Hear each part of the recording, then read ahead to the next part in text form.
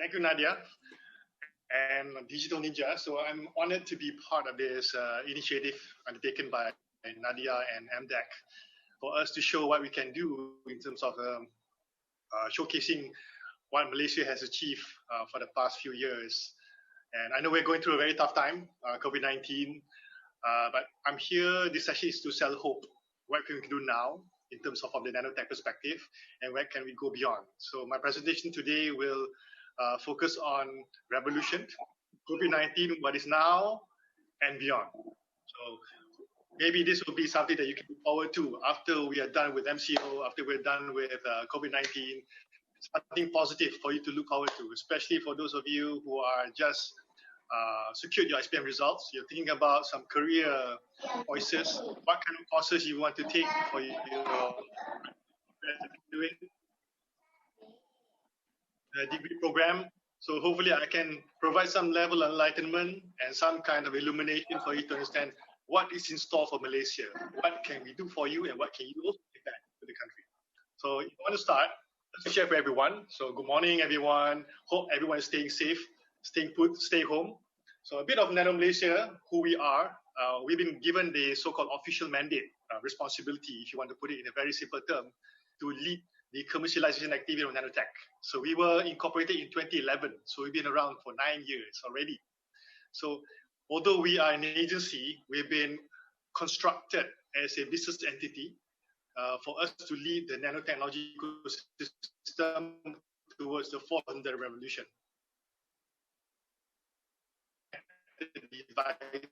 Devices, digitalization, job opportunities as such. So a bit of a background about nano, about the nano age. Actually, nanotech. Just a very bit of basic information and educational background. If you consider nanotech, it's actually about manipulation of atoms and molecules. We can make new devices and function systems. So think about nanotech as your Legos, your Legos building block. You buy your Legos from the shop, you're supposed to build a car, but because of your creativity, ingenuity, you restructured the building blocks and you build a plane instead, or a spaceship. Meaning you're not restricted to just building a car because you have control over every single building block of your Lego blocks. And that's what nanotech is. You have precise control of those blocks, but we're talking about atoms and molecules. So you can design new things. So imagine you have atoms all spread out. You pick one, you rearrange them, you have wonderful things happening.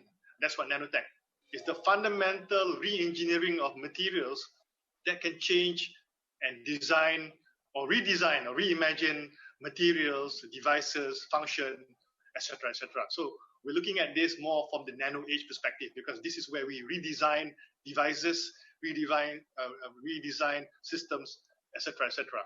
So if you look at the concept of nanotech, it's all about from big to small. So the word nano comes from the Greek word called dwarf.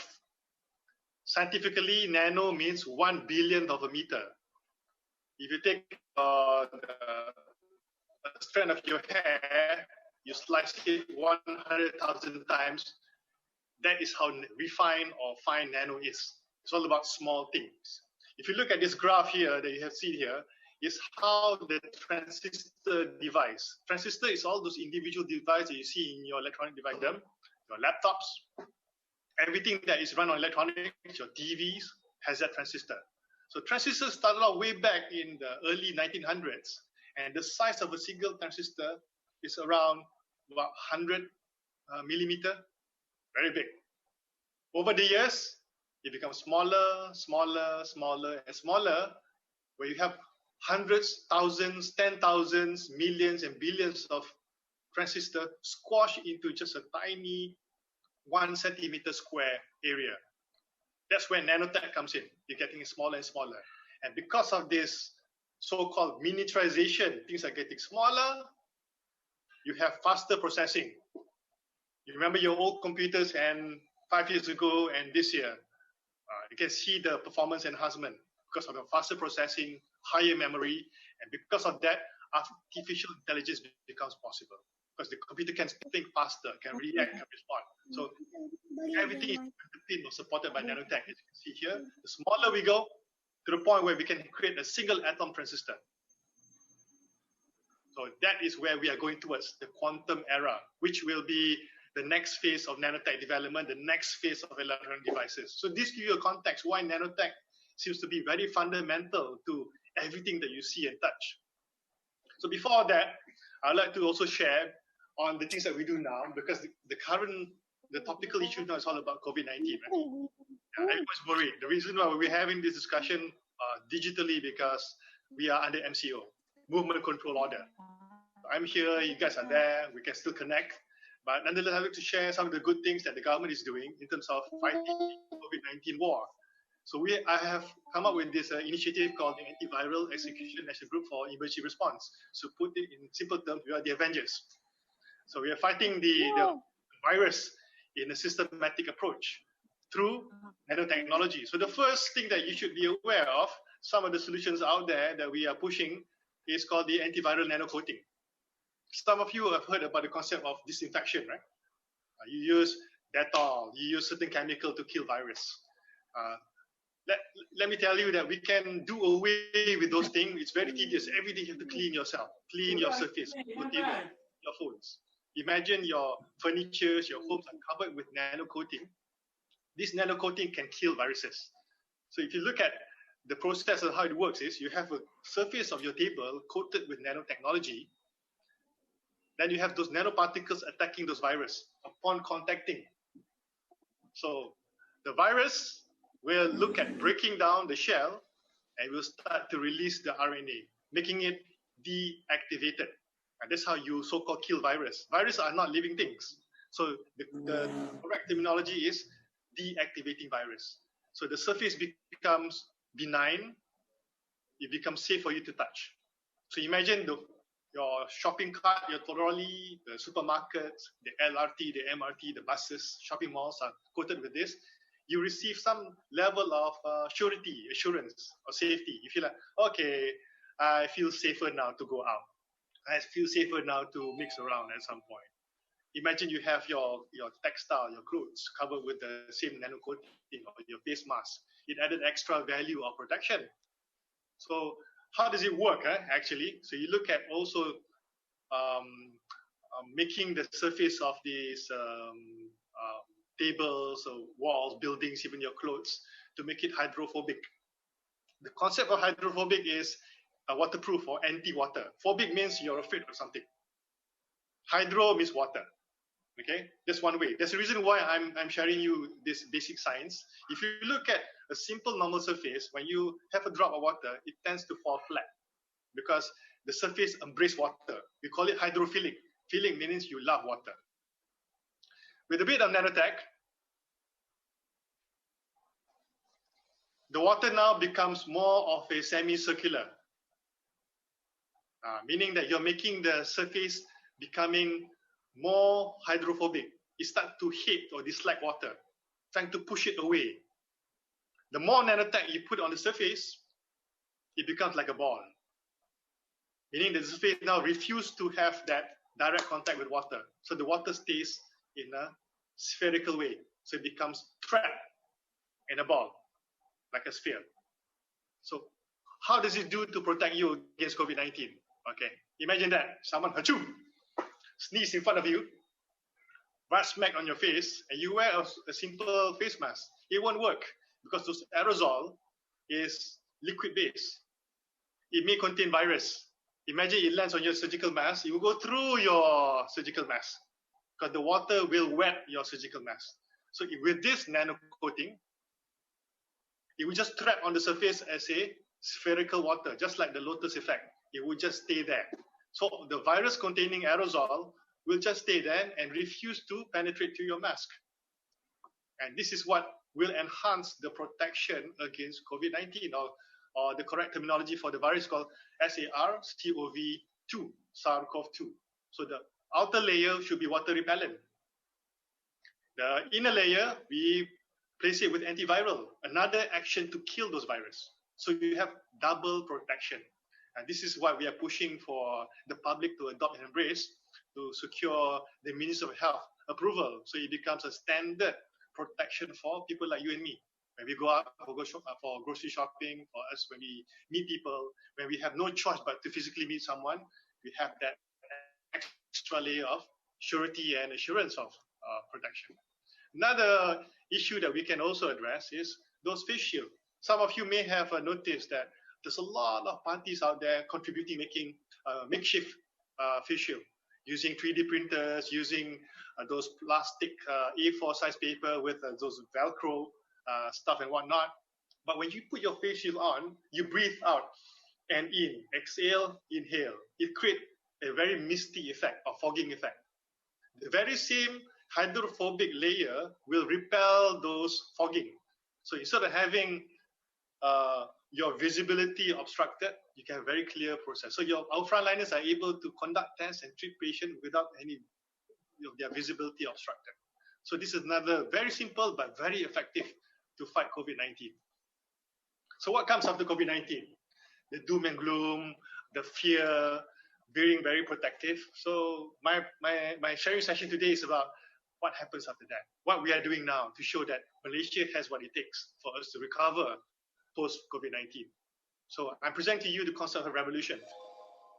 What is revolution? Okay, I shall walk you through some of the things that we do before arriving to that conclusion. What is actually revolution? Okay, people talk about cars these days.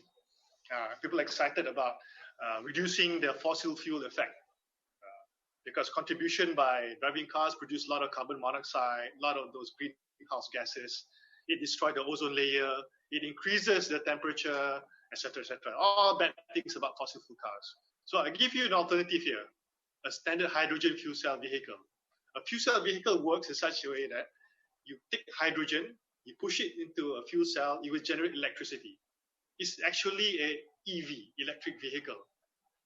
Hydrogen, through a fuel cell, you have electricity, you charge up the battery, it runs the motor, and it moves.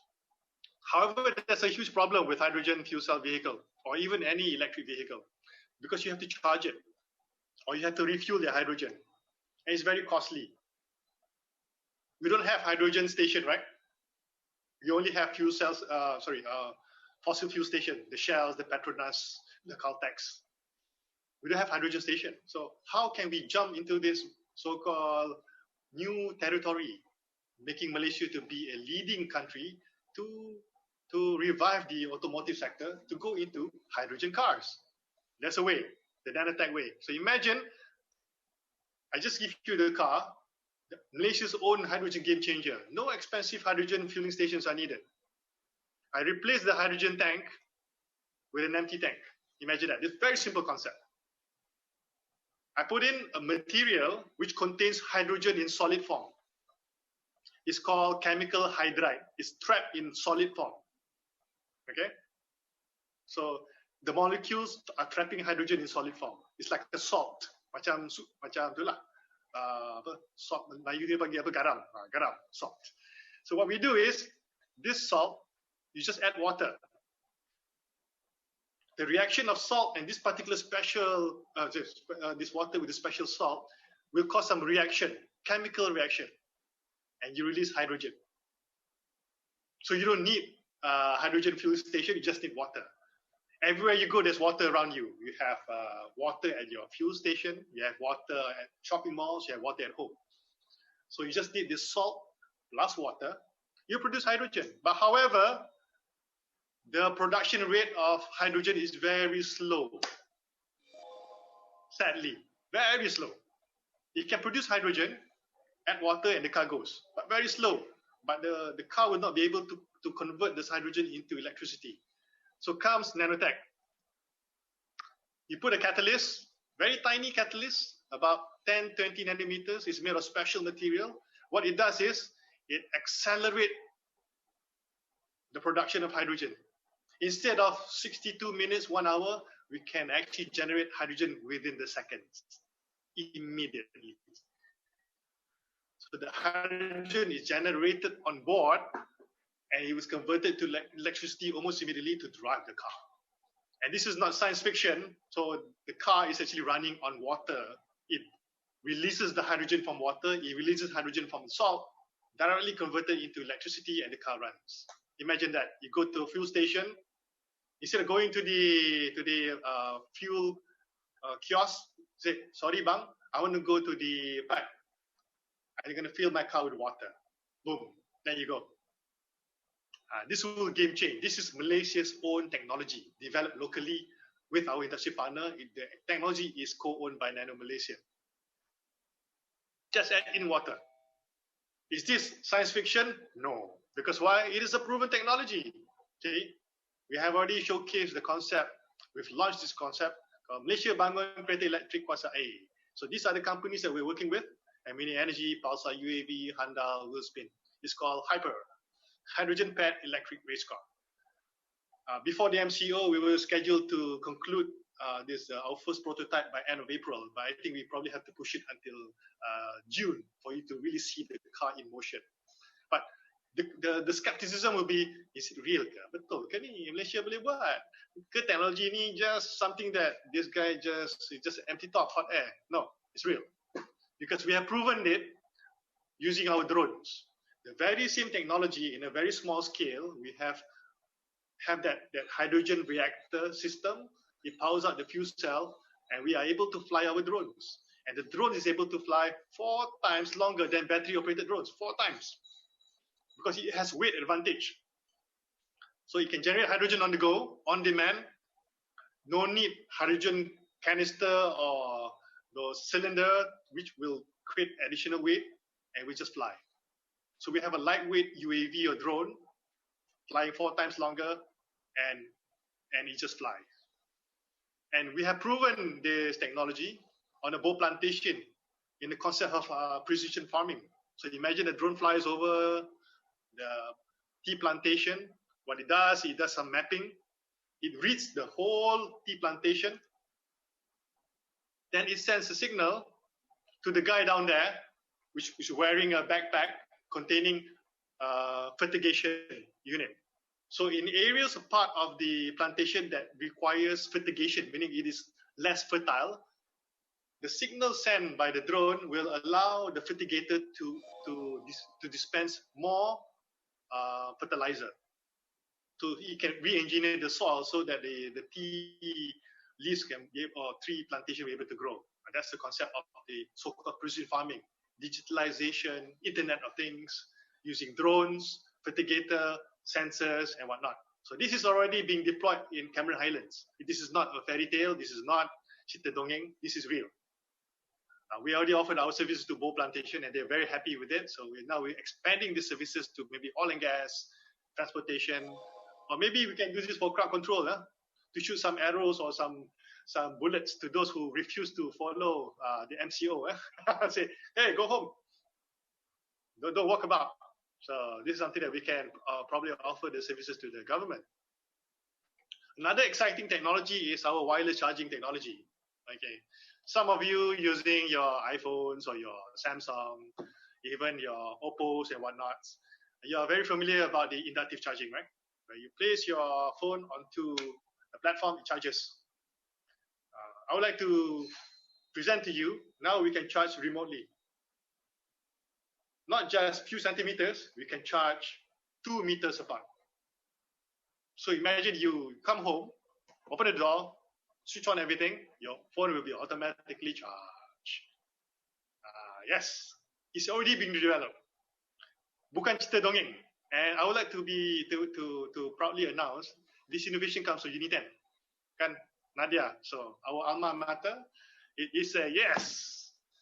Uniten Innovation, local innovation, working with a local SME. We have that tech transfer going on, we fund, and they have shown us the prototype, it works. I have to blur the diagram. This is actually the system because of non-disclosure agreement that we had. So I do not want to disclose too much of how the system is being configured, but it works. This is the device over there, the black box that is plugged into the phone. That is the receiver. It can convert waves wherever you go into energy. Talk about the implication of this. You can have your electric car, you just park over it and it will charge. No need to go and plug in your car. Imagine that. You go to a building, you go to smart city, your phone is always charged, always in charging mode. That's implicated. We can tune it so you can even go for a few kilometers. It depends on how powerful the wave and how best you can refine the technology, but it's workable. 2 meters apart is been proven already. I've seen it with my own eyes. They have shown the demonstration. So before MCU, we're supposed to roll out the first product in Q1 or 2, but we have to delay it maybe end of June or maybe in August or September to really showcase that this is a Malaysia-owned endogenous technology.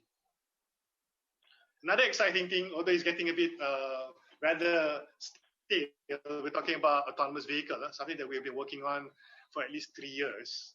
This is another exciting field for digital ninjas to look at, because we are creating a new sector of employment opportunities and entrepreneurship as well.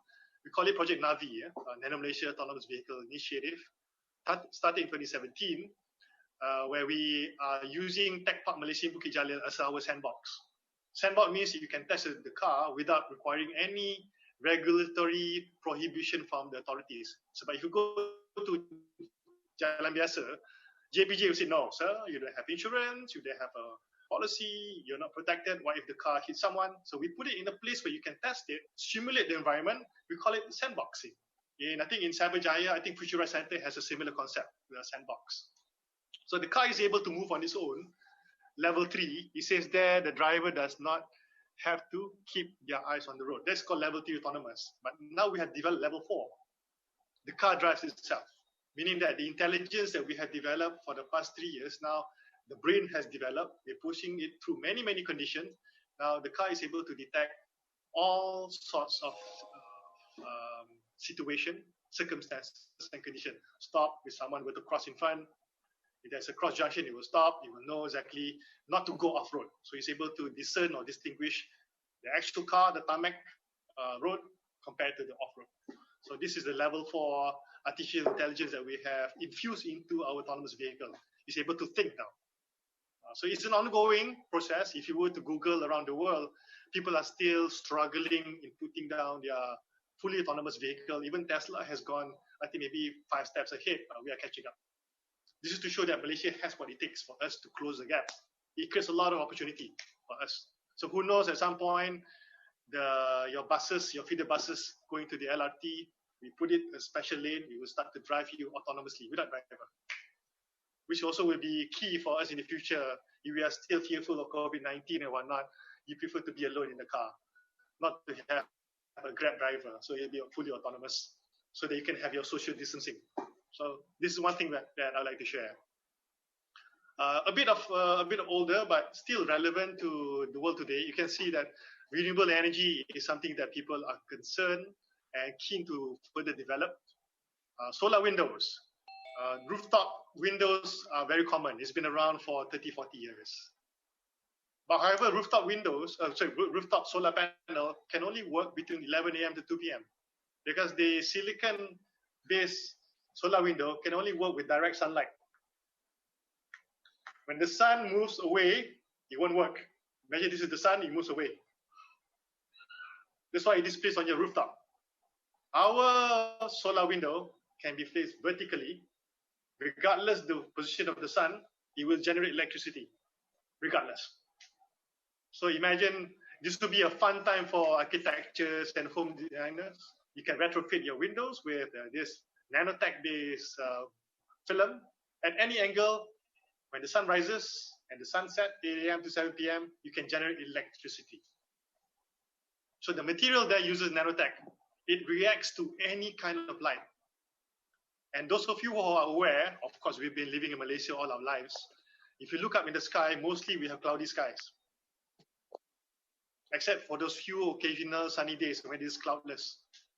Cloudy skies, if this is the sun, it will disperse your sunlight. It won't work well with the silicon-based rooftop solar panel. It's not designed for dispersed sunlight. Our solar panel, the window version, can work with any kind of light. So Malaysia's sunlight is suitable for our solar window. Elon Musk, they have a roof tile window. We have our windows, actually. So we have always an answer to what Elon Musk is doing. He said, I'm going for roof tile, solar tiles. Say, hey, wait a minute, sir. I have my windows.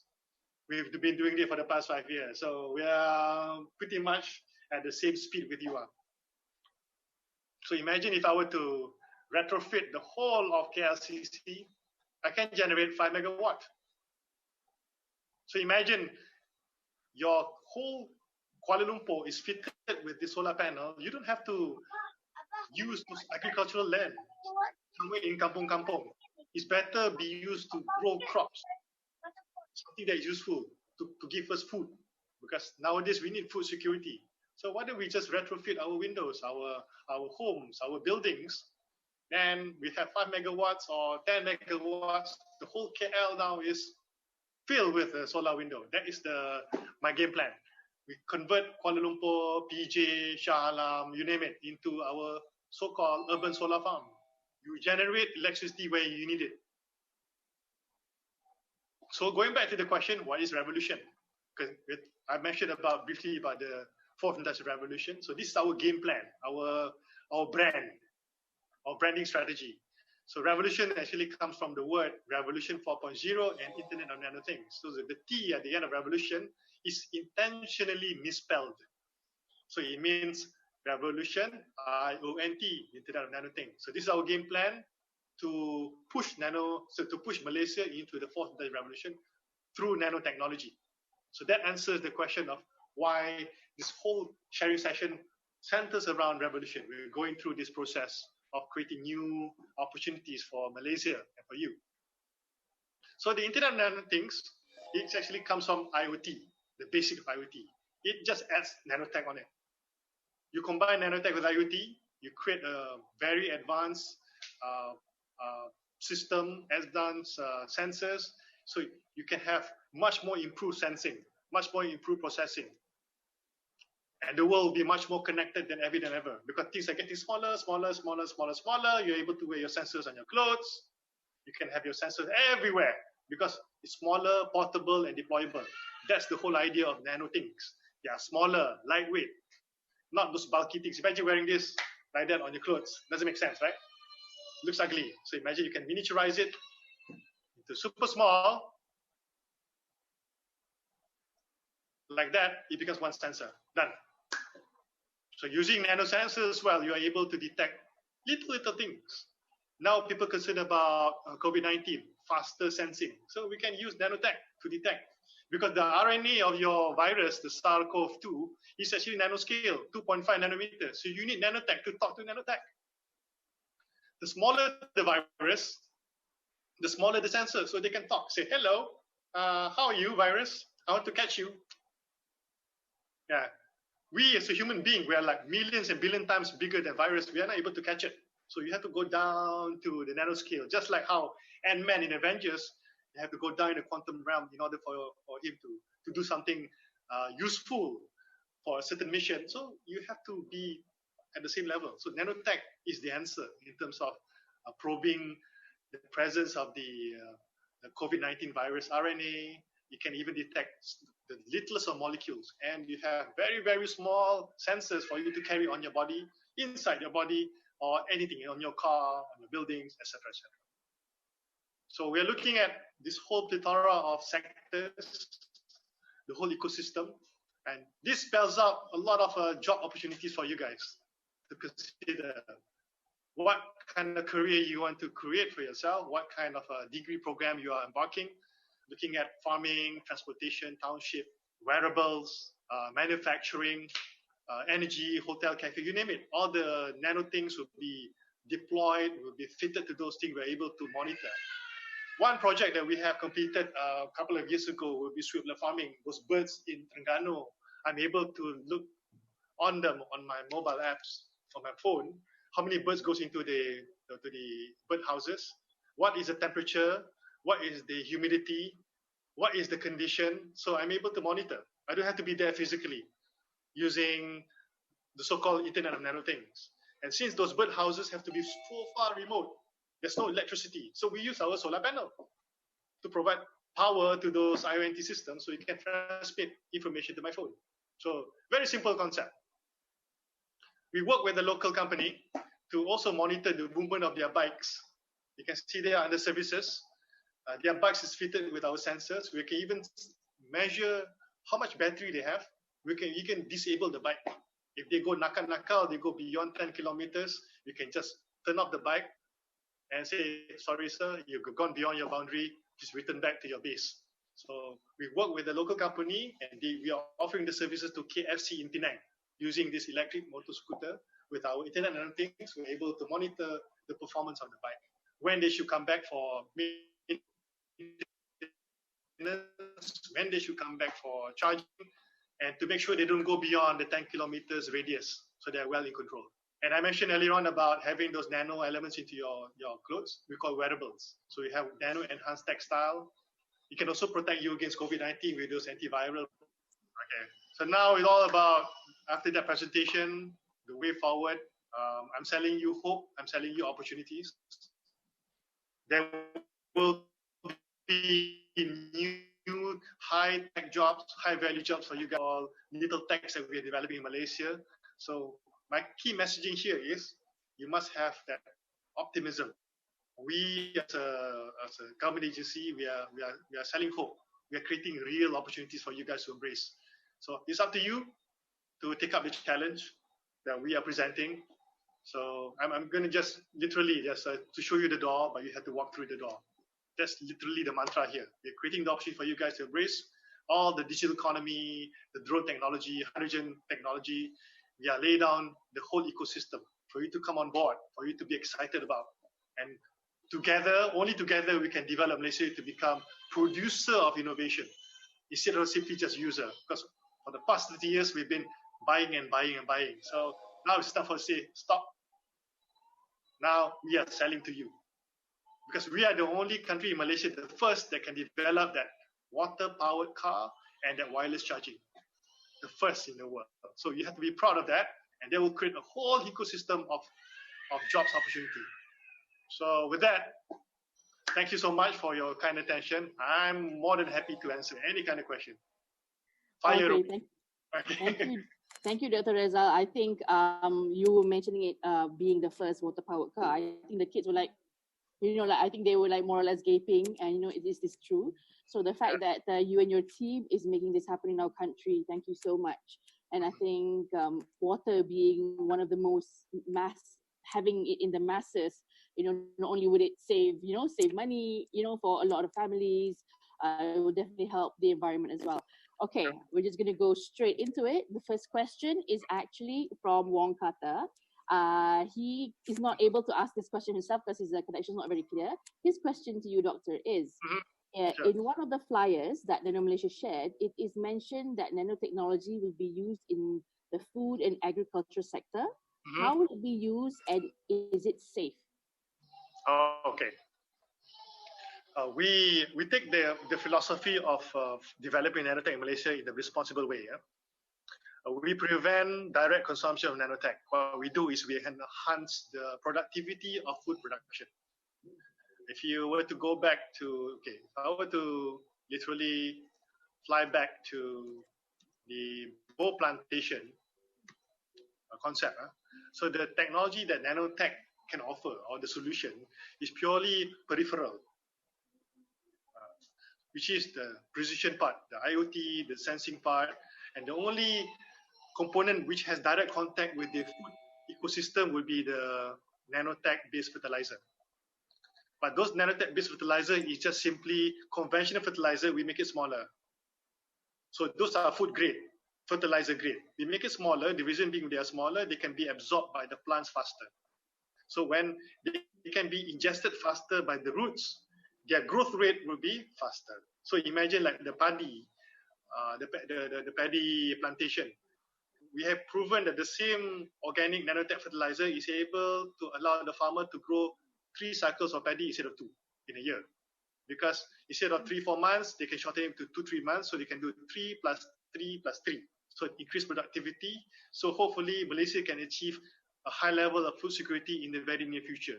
That's where we are playing as much.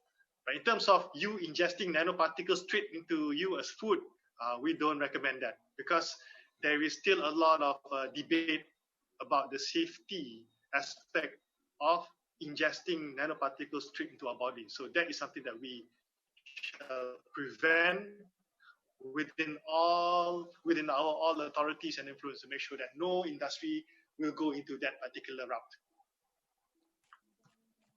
Interesting. Thank you, Okay. Dr. Rezal. Okay, that's nice.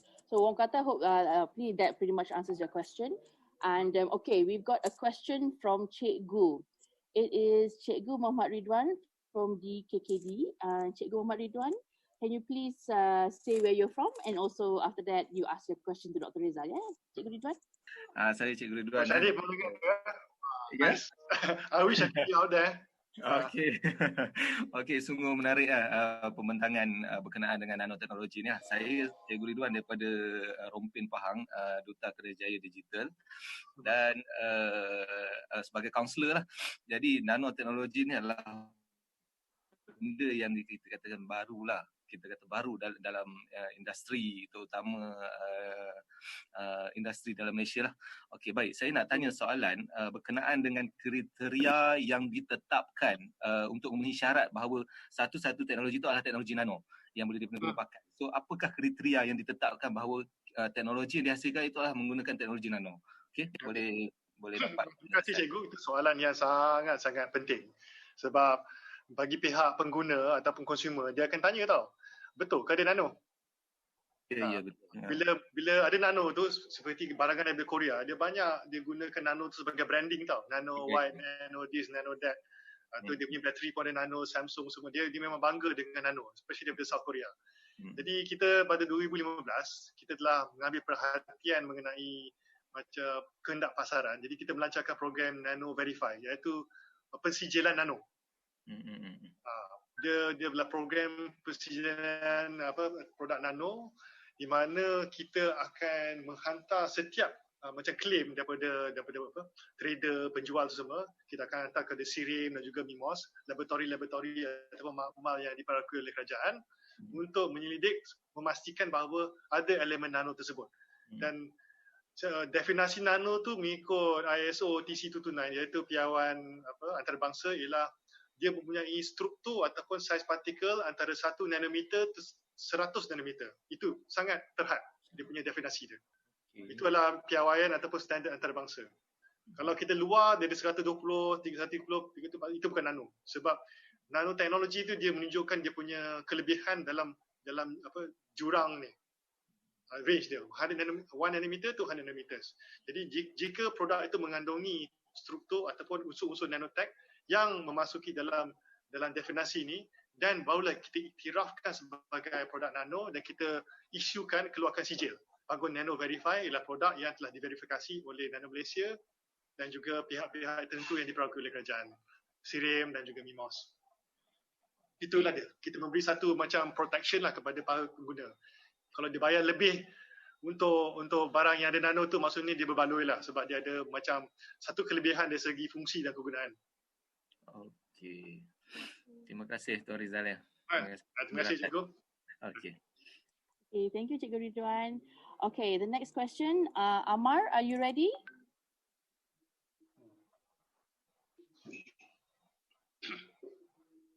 Hello Amar. Hello. Awak digital ninja. Okay, kuat sikit Amar. Ya, hai Amar. My question is pasal kereta Kosai tu. Kosai. Mesti shock kan bila Kosai ni. I just wondering lah sebab dia akan guna water yang biasa ataupun boleh pakai every water, macam sea water kan, salt water. Lepas tu kalau water biasa yang mengalir adalah macam water yang ada klorin semua tu lah. Soalan yang sangat pandai. Saya suka awak tanya tu. Tunjukkan you have a very bright mind. Memang when we met with the inventor, when we co-develop this, kita tanya dia tau. I give him a challenge.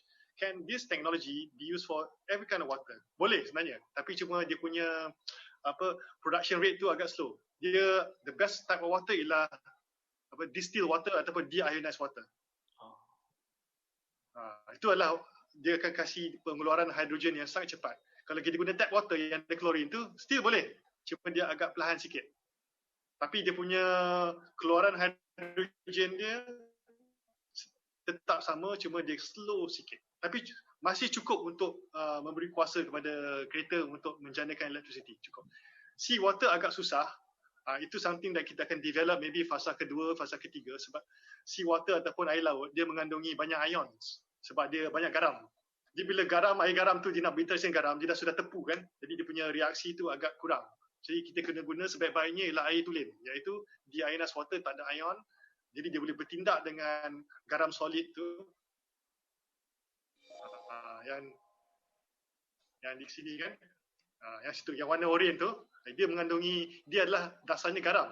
Jadi kalau ada air garam dengan garam, dia punya reaksi tu agak slow. Dia kena air yang tulen. The best is ionized water. Tapi kalau tap water pun boleh, cuma dia slow sikit aja.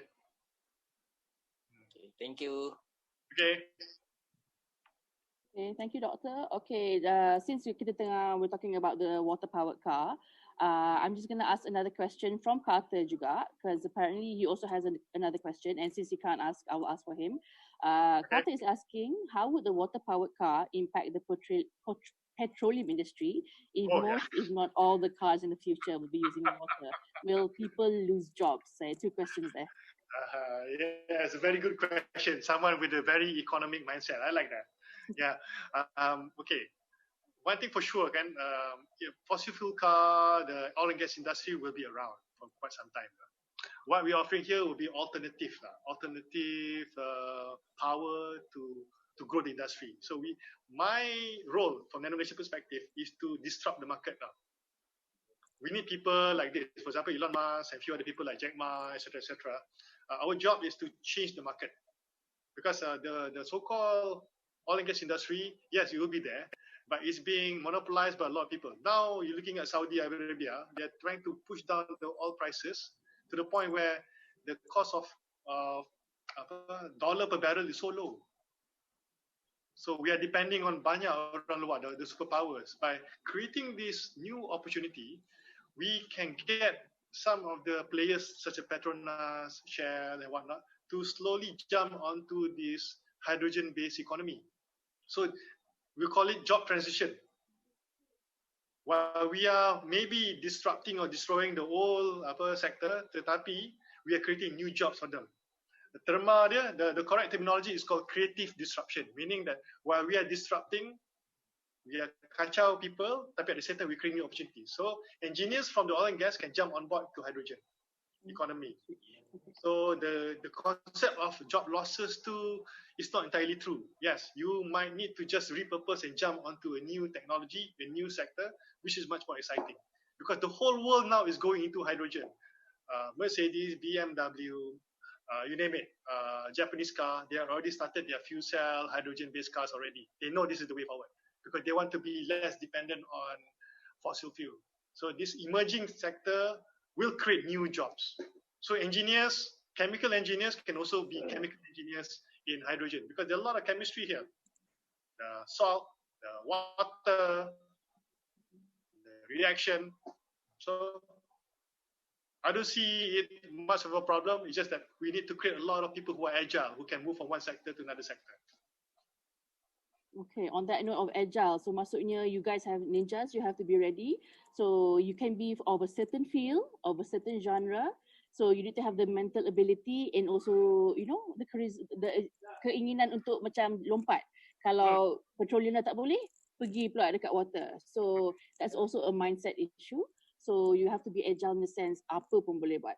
So and then it's always a lifelong learning kan, Dr. Rezal, you're always learning new things. I agree, I agree. Dah habis degree bukan habis ya, tuan-tuan dan puan-puan. Ini baru nak mula ni masuk universiti ni. Trust me, my PhD background has nothing to do with hydrogen. It's very much to do with material. Tapi when I saw this opportunity, I have to learn tau. I have to become a master of this technology because I need to sell this technology. I need to create the industry. So from someone who is novice, know nothing about hydrogen fuel cell economy, now I become like a semi-expert. I can really say, okay, this is what we can do. This is how much money we can make. This is how many jobs we can create. So that's what we call agility lah. Macam apa Kak Nadia cakap tu, you have to be very agile. Electronic engineer ataupun chemical engineer, you can work in many fields. So you need to create that skill set, transferable skills. You can jump. Because the world is changing so fast. True. And Dr. Rezal, if you can share with us, what was originally your PhD substance that you were working on with us? I work with diamonds. So in my PhD, I work with nano diamonds that can sense biological entities. So I know a bit about how to detect virus lah. Had nothing to do with fuel cell. It's just diamond. I create a transistor, and it can detect viruses, DNA, and whatnot. It's very biological. It's very material. So it's very exciting. Diamond. Yeah. It's so exciting. For us girls, nano diamonds is not going to look much on us, but but the fact that it is being used to to find out disease, that's just mind blowing. That's just so interesting. And before they say that diamonds are girls' best friend, right? So during my PhD, diamond was my best friend lah. I need to make sure that the diamonds are kind to me. So at the end of the day, that was what I did lah. Okay. Alright, okay. On to the next question. Cikgu Effendi, if you're ready, tolong bagi tahu nama Cikgu Effendi daripada sekolah mana, and then selepas tu seterusnya soalan cikgu. Silakan. Okay, Assalamualaikum Dr. Rezal. Waalaikumsalam. Okay, saya Cikgu Effendi daripada SMK Majdi Baru 2, Johor Bahru. Soalan saya, bagaimanakah kami sebagai guru bimbingan kaunseling di sekolah boleh menarik minat murid untuk supaya mereka ni berminat untuk menyambung akademik dia ataupun pelajaran dia dalam bidang dan juga apakah pilihan yang murid perlu ambil semasa di sekolah. Okay, saya faham. Dulu masa time saya sekolah dulu tu, saya ingat lagi latihan amali kan, sains. Sekarang ni masih ada latihan amali tak, Cikgu Fendi? Ada. Ada lagi kan?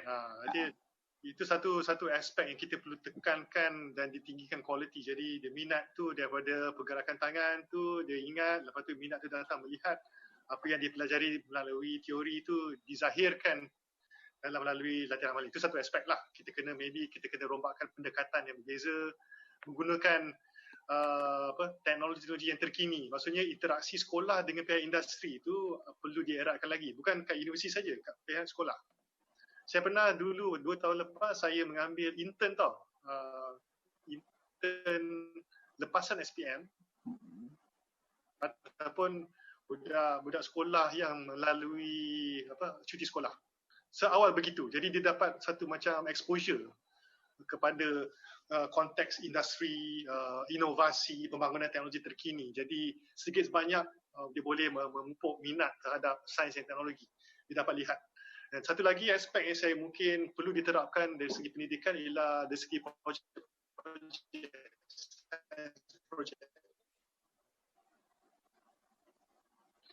Saya ingat dulu masa saya buat penyulingan minyak mentah kepada petroleum. Jadi saya buatlah design sendiri, proses, saya kena tahu sendiri, saya kena present. Itu dapatlah dia punya habuan kan dari segi hadiah. Jadi dari segi itu kita kena mumpukkan dari segi secara strukturnya, ada science project, dia mula tahun awal atau dia present tahun pada hujung tahun, ada competition. Jadi sedikit sebanyak dia akan memberi satu pendedahan. Dan internship program, kita tak perlu dia masuk universiti atau SPM. Waktu di sekolah seminggu 2 minggu, you buatlah satu hubungan saringan dengan pihak industri, syarikat yang boleh buat macam konsep CSR untuk ambil sebagai mentor. Dia akan follow dia punya engineer, follow innovator tersebut, dia akan lihat, oh begini rupanya. Barulah nampak sebab pendedahan secara terus tu lebih ada mempunyai impak yang lebih tinggi daripada sekadar teori aja lah ataupun cara. Jadi saya berharap pihak sekolah tu boleh consider lah mempertimbangkan konsep-konsep yang terbaru ni sebab pendekatan lama tu perlu dirobak sebab pasaran kat Malaysia ni kita kekurangan sangat engineer dengan saintis. Okey. Maksudnya sekarang memacu negara ke arah revolusi ni. Maksudnya sekarang ni pelajar-pelajar tu dia tak kisah daripada bidang apa. Tak kisah. Sama ada dia lebih pada biologi ke, fizik ke. Saya welcome tau kalau even background dia sastra atau perniagaan ke apa, sebab dia memberi satu konteks yang berbeza. Sebab kalau kita nak bangun produk ni, kita memerlukan input tau daripada segi design, penerimaan pelanggan, dia punya psychological impact. Betul ke saya suka. Jadi kita boleh create all well-rounded tau experience. Jadi dia punya begini. Sebab dari segi teknologi dia ada banyak tau aspek. Dari segi lawyer dia untuk memberi pertahanan patent kan, hak intelek, dari segi dia punya pembangunan perniagaan, keusahawanan dan juga teknologi tersebut.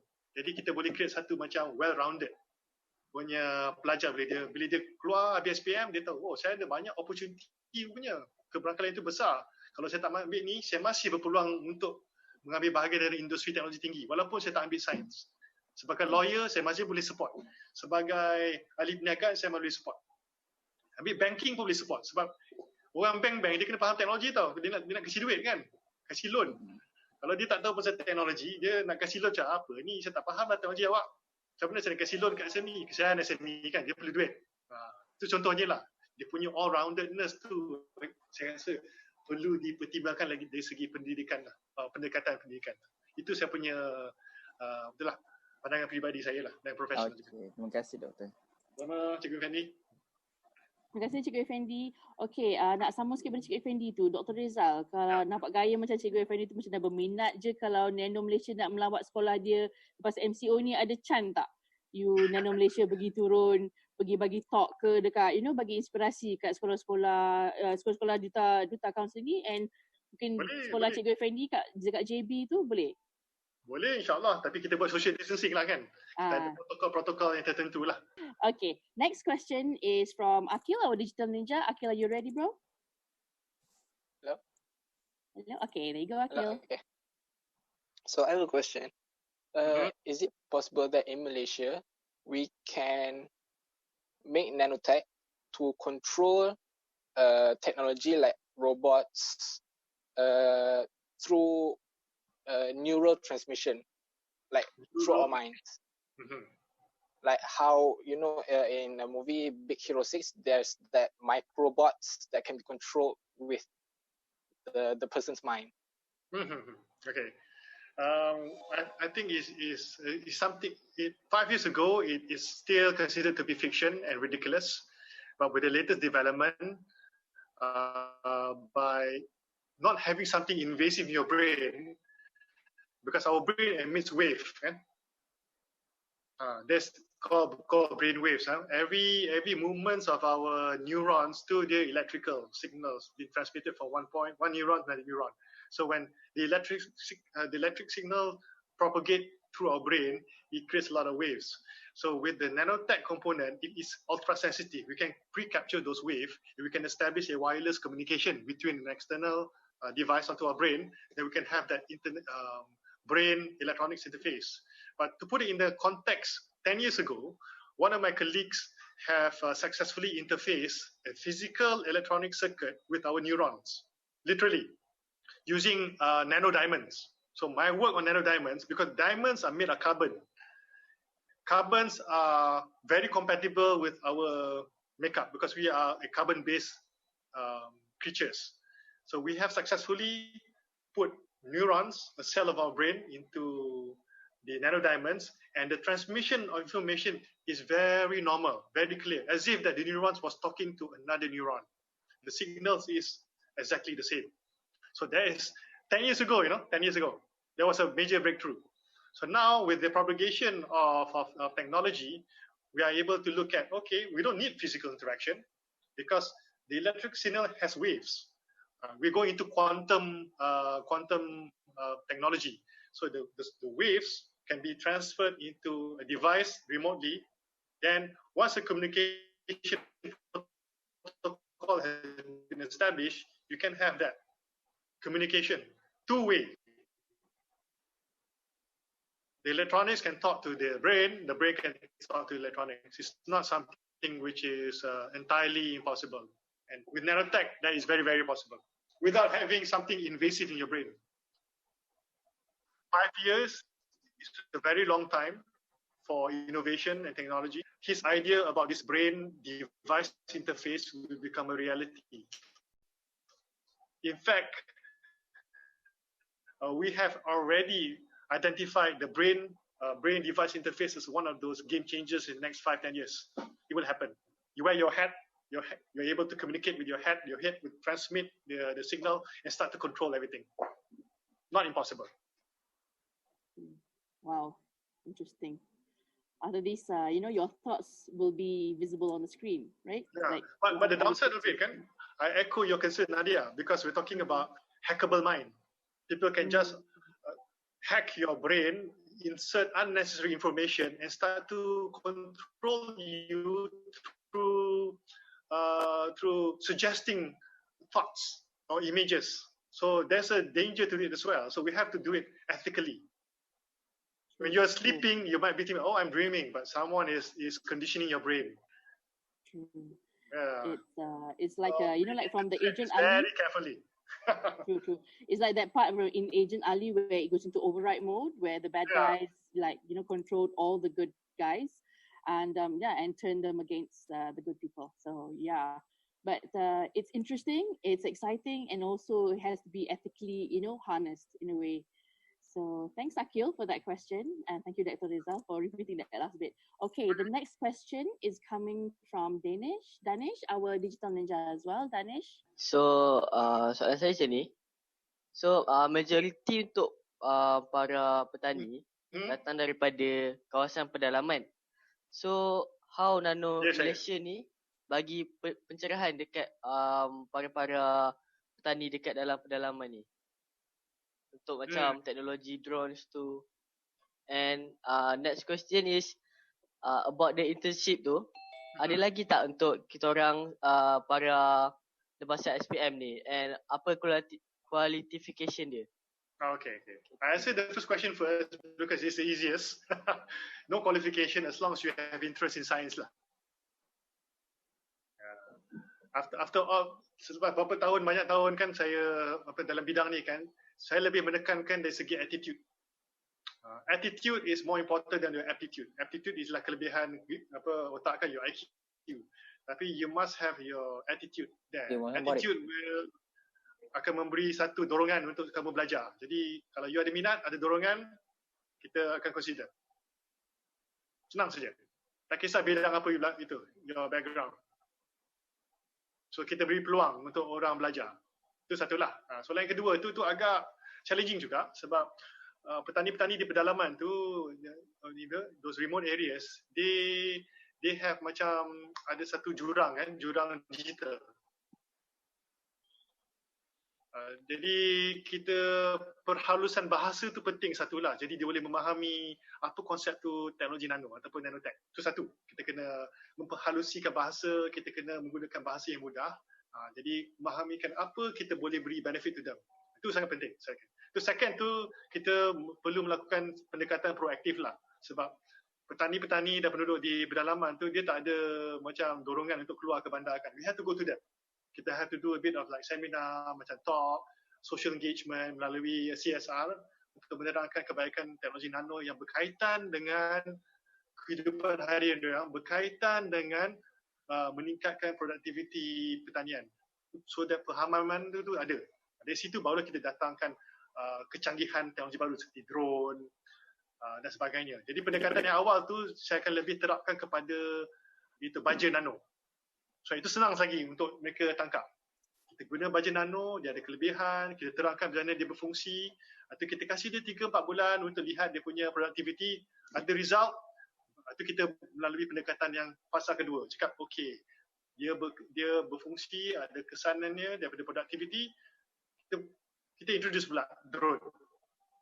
Kita introduce pula bateri, ataupun kita introduce pula kuasa air untuk menjanakan tenaga untuk jentera-jentera tersebut. Jadi dia kena melalui secara berfasa untuk mereka to come on board. Tak boleh secara mendadak, secara drastik. Dia ada cara-cara dia tentu untuk effective communication. Itu saya punya input lah pendekatannya. Thank you, Doctor. Danish, okay? Anything else you want to ask? Okay. By the way, Doktor, macam mana kita orang nak apply untuk internship tu? Internship. Hantar email kepada saya, rezal@nanomalaysia.com. Nama saya @nanomalaysia.com. Senang je. Terus bagi email terus kat CEO. Tapi internship tu kita perlu consider lepas MCO lah So kita kena first we have to fight this war first. We stay home, we stay safe dulu, semua dah reda, then kita open for internship lah. Don't worry. you're still young. Kalau you dah masuk university pun, apa pun, you can still come during your semester break. Anytime. You don't have to wait for your internship punya period tau kat university. You can come anytime. Seminggu pun kita entertain. 2 minggu pun okay. Dia, to me kan, something is better than nothing. Yep.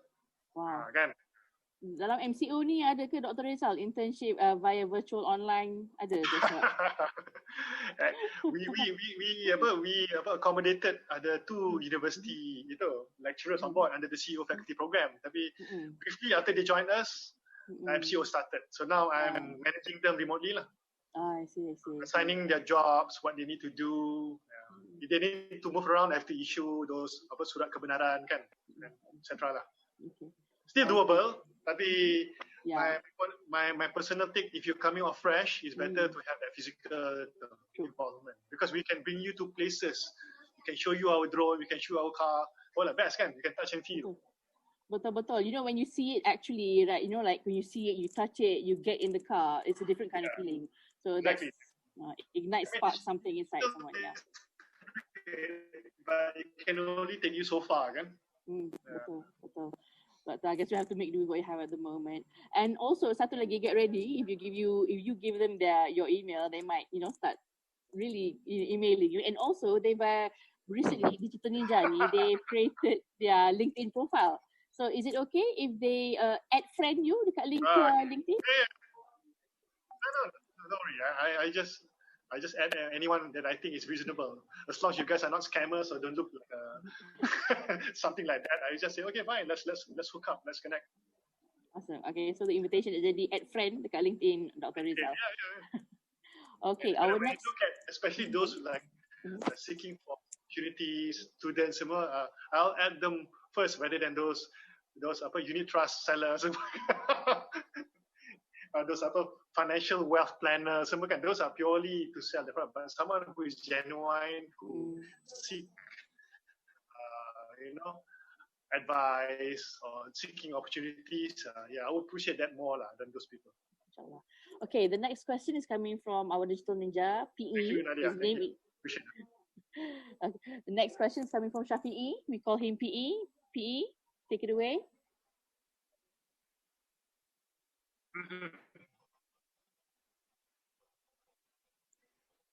Oh, Cik PE, is your connection okay? Let's see. Hello, Shafi'i. Are you there? He was in here tadi. I think his connection is not in. Oh, PE? Okay, never mind. I think I'll ask this question for him. I tanyakan ya, PE. Okay, he says here, Nano Malaysia revenue explanation. Dia nak tahu history of Nano Malaysia and your successful projects under your belt thus far. Okay. Nano Malaysia, historically, we were established, incorporated in 2011, 2011.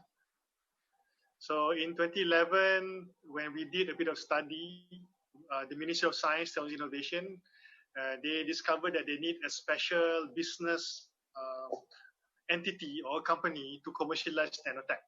Because before 2011, there's a lot of R&D in nanotech.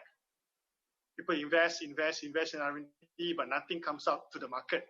So the government back then, in 2011, 9 years ago, decided that we need to commercialize all the R&D that the government invested in. So we created a company to look into transferring those technology, make it into a product, then push it to the market.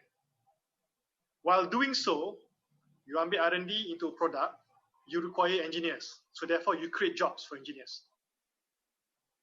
Then, in order for you to sell the product into the market, you need commercialization. You need entrepreneurs as well. So engineers, entrepreneurs, you create startups, you create spin-off, and that's the whole idea That's how the whole idea about why Nano Malaysia was created. Technology development, commercialization, creating job opportunities, and of course, startup opportunities. Then the economy will grow. That's the notion behind it. So the proudest achievement, I would say, after running this company for 8 years, I have to say the hypercar, the hydrogen technology, the wireless charger, those are which I would call our unicorns. that we can, because we receive a lot of inquiries from Japan, Australia, and Europe. They want this technology. They want to invest. So I have to be very careful, because if we don't be clever in talking to them, they will steal this technology because they have the money. Because I still want to make sure that Malaysia still own the technology. We do not want to lose the ownership. So I have to be very mindful that the technology stays in Malaysia, but we're still getting money from overseas. Because of the query that we're receiving, it shows that internationally people are acknowledging our success stories. So that is something great that I'm proud of. Other innovation which I'm still proud of would be, not to say super high tech, but something that we need. Our gloves, we are using nanomaterial to make them stronger, so it doesn't tear easily. So now it's much more important, because glove is one of those PPE, the protective, personal protective equipment for COVID-19 frontliners. So those kind of gloves cannot be used by our frontliners to combat COVID-19. And it has a bit of antibacterial, antimicrobial properties. Not exactly super high tech, but it is very useful. The nano coating. You say, it's just a coating on the surface. So what's the big deal? Yes, you put it on your face mask, you put it on your clothing. It can deactivate viruses. So nothing is too dumb or too simple when it comes to innovation. Every technology has its own purpose. So I would say I'm proud of everything, but the highlights that can game change Malaysia to become number one or the leader would be the hydrogen car, the water-powered car, and the wireless charger. Because that will completely change the market. Wow, the fact that all these tech, the inquiries are coming from tech countries. Like you mentioned Japan. Yeah. Even Japan. If you want to know about your hydrogen, because Japan, they love hydrogen, but they have not developed our technology just yet. So well, all the best there. I think I can resonate you wanting to keep the technology in Malaysia, like the Jimmy Choo story. Yeah. So for the digital ninjas who don't know what Jimmy Choo is a luxury brand of handbags, clothing and shoes. Jimmy Choo is orang Penang from Malaysia. But because he did not manage his company well enough, kesian dekat dia, it was now owned by a European. Jimmy Choo is a Malaysian home base, but like Dr. Rezal mentioned, he's got to tread carefully because to make sure that technology stays in the country, and also it's also good for a country to be in the forefront of technologies like this. And I think I also condone on the glove thing, because as we know, the disease, you are wearing gloves, but technically everything else you touch, it transpires. So if that glove can kill the COVID at touch point, it makes everybody so much safer. So I think that is fantastic. Exactly. Yeah, that's fantastic. You're spot on, Nadia. Okay, next question is coming from our digital ninja, Irfan. Are you ready? Hi, Dr. Rezal. It's really cool to be talking to you today. And my question is somewhat related to the previous question, which is how would someone kind of get into the nanotechnology industry from a research and development standpoint? I think it's relatively straightforward, but it requires some level of context. Nanotechnology is not a qualification that you get on a piece of paper. Okay, nanotechnology is a qualification that you acquire through exploratory. So you can be a civil engineer, electrical engineer, chemical engineer, physicist, a biologist, but with the nanotech element infused into your endeavor.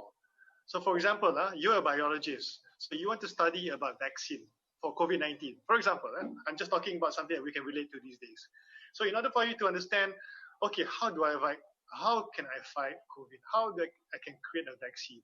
First, you need to do a bit of genetic sequencing, right? Genome sequencing for the virus. So the virus itself is about hundreds and hundreds of nanometers, but the RNA inside that controls the behavior of the virus is in nanometer scale, about 2.5 nanometers. So you have no choice but to go down into the nanoscale to acquire that skill set. Even though you're a biologist, you have to upgrade into nanobio. So you have to understand how the RNA is sequenced. Oh, now I know how to kill this fella. Now I know how this virus behaves. I create a drug system to contain it because now I know how it behaves. But all of this happens in a nanoscale, but in a biological sector or biology sector or medicine sector. I came from an electronic engineer. I didn't study nanotech, but for me to understand better in creating new devices, I have to scale down my understanding, the silicon chip, the transistors, to make things faster and better performance. So I enhanced myself from an electronic engineer to become a nano electronics engineer. So how you start, you need to have a basic science in physics or in engineering. Then once you acquire that basic principles, understanding and whatnot, then you upgrade yourself into the high end, which is now the nanotech, nanoscale. What comes after nanotech is quantum technology. You deal with energy and uncertainty, but that will be next. But nanotech will not go away because nanotech is the gateway to quantum.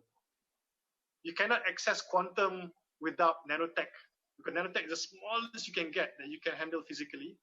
And once you go into quantum, you need that nanotech like a door into the quantum realm. So you can be a physicist, civil engineer, chemical engineer, applied physicist, or applied chemist. Then you have that nanotech component to enhance your knowledge or your skill set.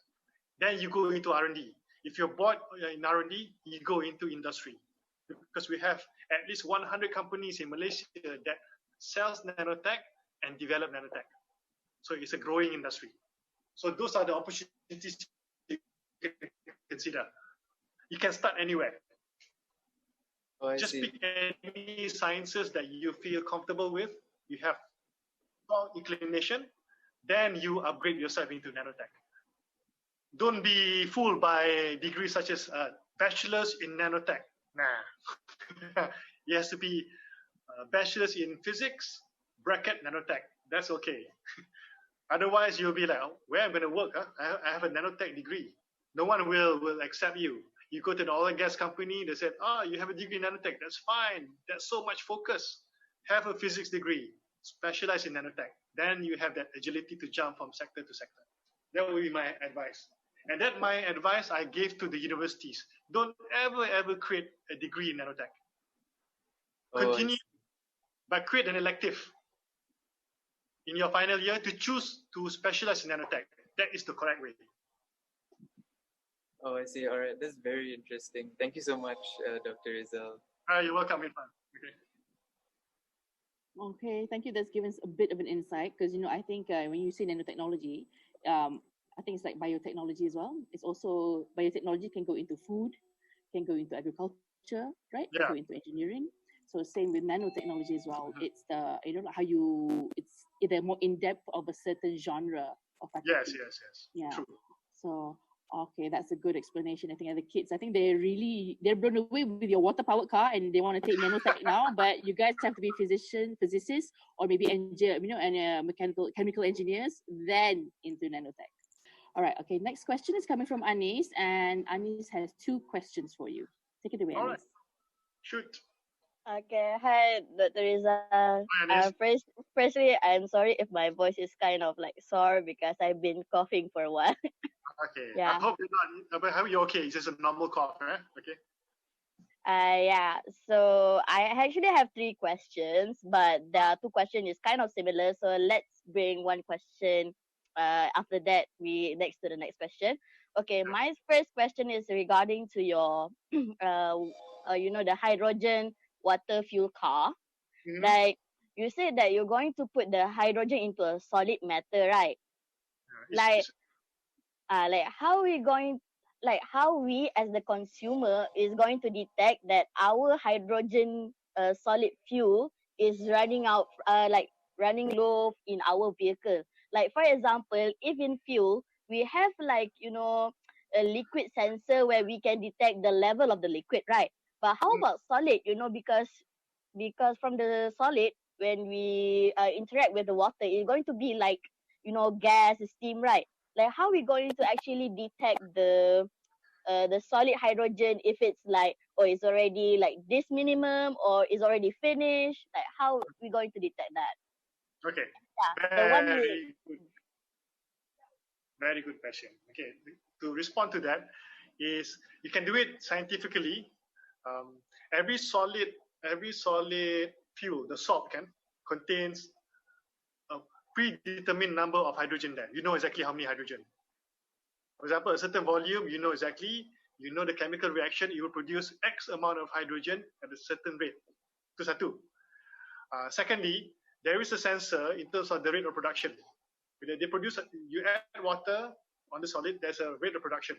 At some point, when the rate of production starts to slow down to a certain critical, the sensor will start to pick up. Dia akan ambil. So that sensor, once it is slowing down, that's the time there, it will send something on your dashboard to start to look for the next cartridge to fill in. That's one way. It's the rate of production that you need to monitor, not so much on the solid. I know it is very difficult, almost impossible for you to measure solid. But you can using the rate of production. You add water is the production rate, zoom, zoom, zoom, zoom, zoom, keluar. Then when the rate start to fall at a certain threshold, there's a signal, yellow, beep, beep. Okay, now it's time for you to change the cartridge, add another fresh water. But based on our technology now, the single fueling, so-called, add water with a single cartridge can last potentially 200 kilometers. So that gives you macam a very comfortable range before you can consider about refueling ataupun refilling your water lah. It's a very good question. It's a very good question. That translates into and digitalization. So it's all this IoT component that needs to be in place. I still have more question. I'm so sorry if I'm the one who's talking too long. Okay, no problem. Yeah. So the next question is, this person want credits. It's from Azrai, one of our digital ninja also. Yeah, he wanted to ask you that what are the components that are being used to make the solid salt for making the hydrogen gas actually? Like, can you share us what are the components there are, or is it top secret actually? Well, all I can see is it's called chemical hydride. So the hydride contains at least 4 moles of hydrogen. The hydride component is a solid form of hydrogen. It's pre-captured in that salt. Chemical hydride. You can Google it up. But the actual chemical, of course, are proprietary. They will kill me lah if I say too much. But the real magic is not so much the hydride though. It's the catalyst, the nanotech catalyst. So without the catalyst, the production of hydrogen will be very, very slow. So with the catalyst, it will excite the production to be fast, and it will create enough of a hydrogen to create that pressure to convert into electricity. So the real magic here is nanotech. That's why we invest in this technology. Otherwise, without the nanocatalyst, Nano Malaysia has no so-called mandate or license to go into here. So any nanotechnology, we can go, but it must contain that element lah. Pendek katanya, rahsianya dia tu di catalyst dia tu. Kalau tak, catalyst. Nanti ada bullet masuk dia. Dia jauh. Okay, so Dr. Rezal, this is my last question. I'm so sorry for the ones who are going to ask question. Okay, this is my last question. It's regarding to the nano revolution. Yeah. Okay, like some of us who are into technology or who is involved in technology, we all know about this nano and everything. Like we know nano is going to like be in this word technology, right? But how about like the people that are not like, is this nano revolution is really fully promoted to the public? Like if we go and ask the rural people, like, do you know about nanotechnology? Like how are we going to make it fully promoted to the world that we are having this nano revolution that is going to help you guys in the future? Yeah. It's a challenge. It's a challenge that we're still trying to figure it out. Talking to businesses and industry, quite easy. Because we have appeared online, on air, in magazines, quite a few. But the challenge is always to the layperson. The layperson, the non-technologists, the rural folks, we are trying to figure it out. So maybe that would be a challenge for people like you to be creative, to come on board and to tell us what is the best way to communicate. Because dia punya perbahasan, bahasa dia, the linguistic, the kind of language, how high, how low, the kind of words that we use to must be relatable by them. I tried my best in the past. I mean, I still have to admit some shortcomings. Communicating what is nanotech. So sometimes I use the concept of hair. Sometimes I use the concept of DNA. Tapi kalau nak cakap dengan DNA dekat orang-orang kampung takkan dia faham kan? Cakap pasal baja mungkin ada cara dia. Okey, mungkin baja cara dia. Tapi kalau pasal dari segi kosmetik tu mungkin saya boleh I can communicate well with the women folk. Kalau dengan orang kampung tu konsep susuk saya selalu guna lah. Macam Safirana Gold dia gunakan Nano Gold kan. Orang susuk dulu yang suka ilmu hitam dia guna jarum emas. Jadi sekarang saya guna dia sebagai macam pendekatan secara berjenaka. Jadi dulu tu haram kalau kita guna letak emas dalam muka kita. Sekarang dengan nanotech kita kecil-kecilkan Nano Gold jadi halal. Tak payah cakap apa pun. Sapu kat muka dia terus masuk. Jadi cantik. Macam itulah. Jadi pendekatan tu kena kreatif. Jadi maybe some of you digital ninja once you have unlocked into your career kan, we are always open tau for this macam inputs. You join us as a staff, our corporate team, corporate affairs team for us to better communicate because I'm a technical person tau. My creativity can only go so far. I need advice from people. Communication is still a challenge. So okay, thank you Dr. Rezal. I think on behalf of the Digital Ninjas and the Cikgu Duta Councillor, we wish you thank you so much with this sharing. And I think and then the call to action after this would be they would maybe email you, B, they will add you in their LinkedIn, and then C, and then cikgu mungkin akan extend invitation kalau Nano boleh datang after MCO ke sekolah diorang to give a talk to inspire the students. Okay. So yeah, thank you so much Dr. Rezal and Digital Ninja and Cikgu, can we say thank you and bye bye to Dr. Rezal buat bising sikit? Yeah, kita actually very thank you Dr. Rezal. Thank you Cikgu Dr. Rezal. Thank you so much. Alright, take care. Thank you Doctor. Thank you. Missionaries in a foreign field. For some reason I can't explain. I know St. Peter won't call my name.